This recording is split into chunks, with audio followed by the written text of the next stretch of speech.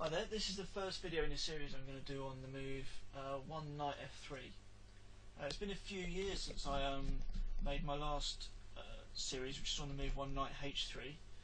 And in that series I went into a lot of detail looking at the history of the variation and typical tactics, and a lot of detail on the theory.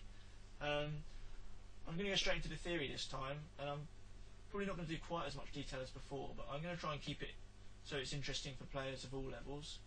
So up to a high level should be able to watch these videos and hopefully learn something.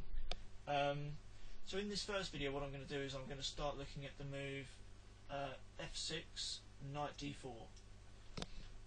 Now knight d4 is probably the third most popular move. I mean, e3 and knight c3 I think are probably the really big kind of meaty subjects which have a lot of theory developed on them. Knight d4 is probably the third one. So I'm going to get started on that this one, and it's probably going to take a few videos to get through knight d4. Knight h6 is really the only option that black has, starting an immediate counter-attack by coming into g4. And white has a few ways to meet this. So the most complicated way is e3. So I'll cover that in a later video. And knight f5 is also fairly popular. Quite a simple way of just swapping these off, and then white can continue in a number of ways. Position's fairly safe for black if he knows what he's doing there, but I'll cover that in a separate video. In this one I'm going to cover the other moves. Particularly h3 I think is probably the most common and dangerous line. Other options, I mean, e4 is occasionally played, but I just think it's a bad move. That black can win a pawn here by just playing knight g4 and knight e3, captures, and d5. Black's threatening bishop g4, he's got an extra pawn, it's just better for black. I mean, I don't really need to go any further than that. G4 can be played, but compared to h3 I just think it has a lot of drawbacks and not really any positives. I mean, after b5, the pawn on g4 is blocking white's queen, so he's got no ideas of playing queen h5, and also it's weakened this e1 to h4 diagonal, so in the future after playing either e6 or e5 followed by f5,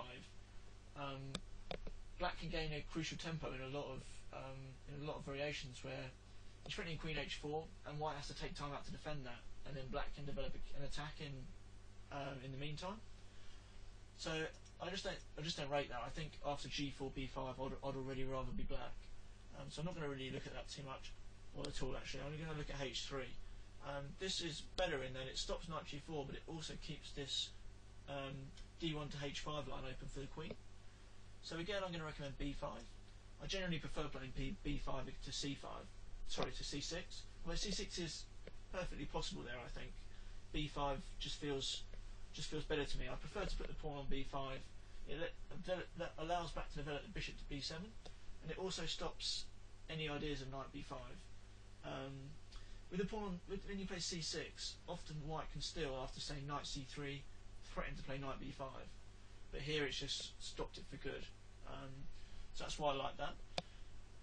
Now e3 is probably the most dangerous line. This opens up the queen. As mentioned, the h3 pawn doesn't block it like g4, so you're threatening to play queen h5 and bishop d3. And I think the best way for black to meet both of those ideas is to play g6. I think that's the key move to remember, really, g6. If you can remember that, I mean, I think black's doing fine now. Bishop d3 can still be played, but I don't particularly like it after f5.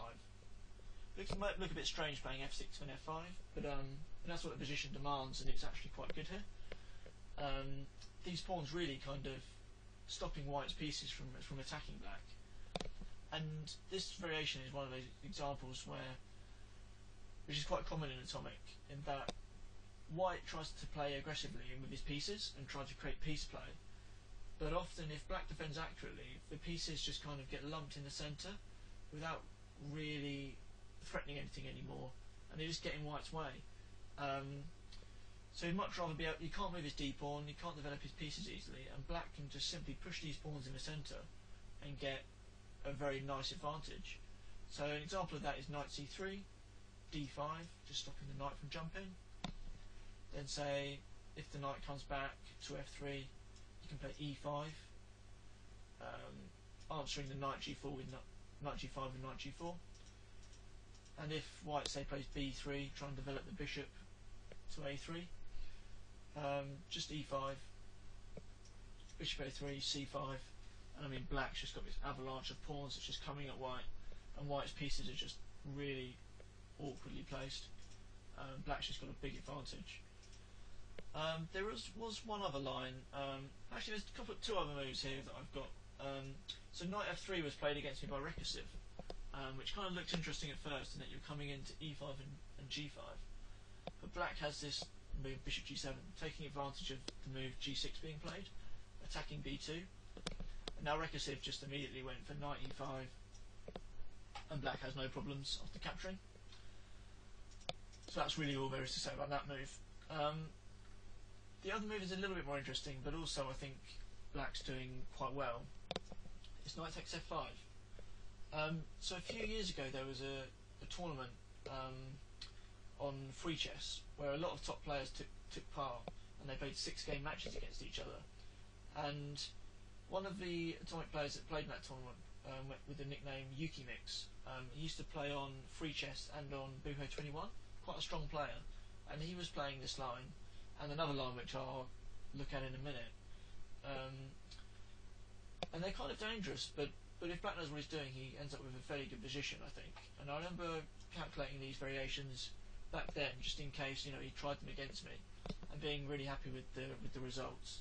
I mean, knight f5, queen g4 I think is the idea, coming into g5, so bishop h6, stopping that.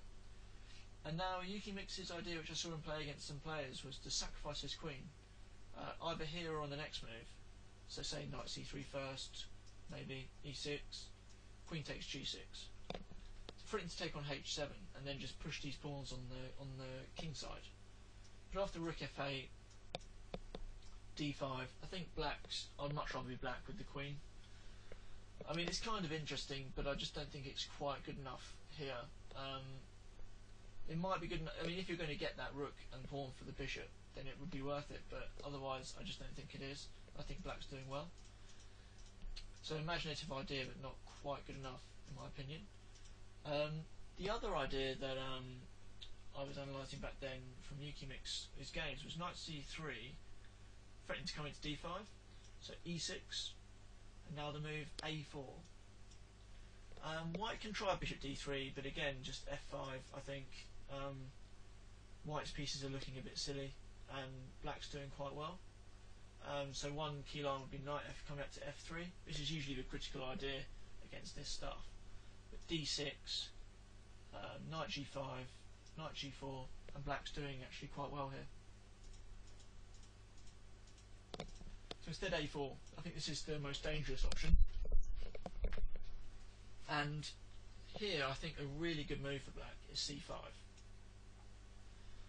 So I'd say, like I mentioned earlier, I think g6 is the important move. I mean, if you want to go a bit deeper, I think c5 is perhaps another important move.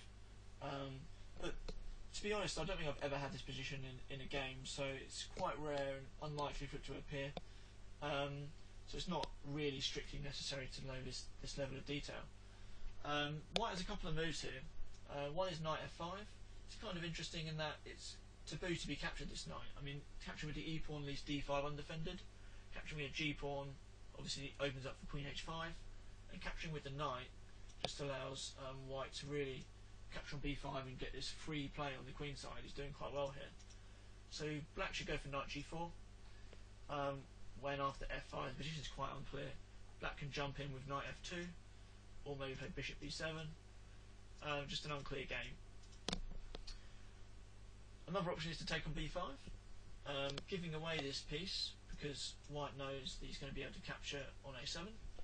And actually white's ahead on material here. He's got 2 pawns for a piece, but black has queen a5, and he's actually got a very good position, because if c3, then the queen goes to f5, hitting f2, and then after f3 queen c2 takes, and black's got a better position. I mean, you've got 2 pieces for 2 pawns, so it can't be bad for black really. And if b5, then the move queen a2. I think again black's doing quite well there.